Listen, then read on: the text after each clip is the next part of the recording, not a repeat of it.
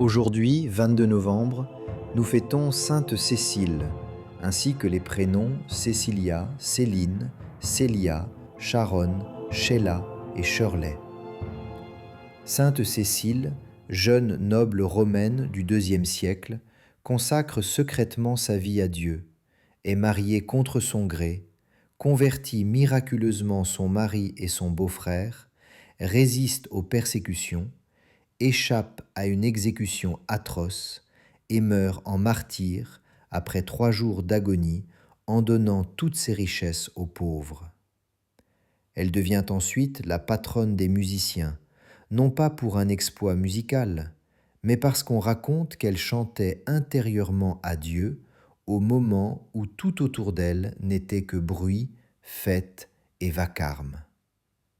Son nom traverse les siècles, son image devient l'un des symboles les plus puissants du christianisme, son sanctuaire l'un des plus émouvants de Rome.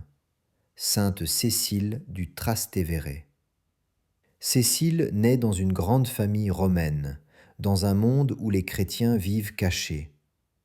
Très jeune, elle décide de se consacrer entièrement au Christ. C'est un choix radical, dangereux, mais elle ne vacille pas. Son entourage, lui, ignore tout. Ses parents la marient à un jeune patricien, Valérien. Le soir de leurs noces, alors que la ville fête l'union et que les instruments résonnent dans la maison, Cécile révèle à Valérien qu'elle a fait vœu de virginité et qu'un ange la protège. Contre toute attente, Valérien ne se moque pas d'elle. Il est bouleversé par la force de sa foi. Cécile lui dit « Si tu veux voir l'ange, va rencontrer le pape Urbain caché dans les catacombes. » Valérien y va. Il reçoit le baptême. Et en revenant, il voit l'ange, une apparition lumineuse qui couronne Cécile de fleurs célestes. Cette vision change tout. Valérien se convertit, puis son frère Tiburce. Mais Rome ne tolère pas les conversions. Les 2 frères sont arrêtés et exécutés. Cécile, loin de se cacher, se met à annoncer l'Évangile avec encore plus d'audace. Sa maison devient un refuge, un lieu de charité, un foyer de prière. Elle distribue ses biens, protège les croyants, enterre les martyrs. Les autorités finissent par l'arrêter. Elle est condamnée à mourir étouffée, enfermée dans une pièce chauffée à blanc. Les flammes, la vapeur, la chaleur infernale, rien n'y fait, elle survit. Alors on envoie un bourreau.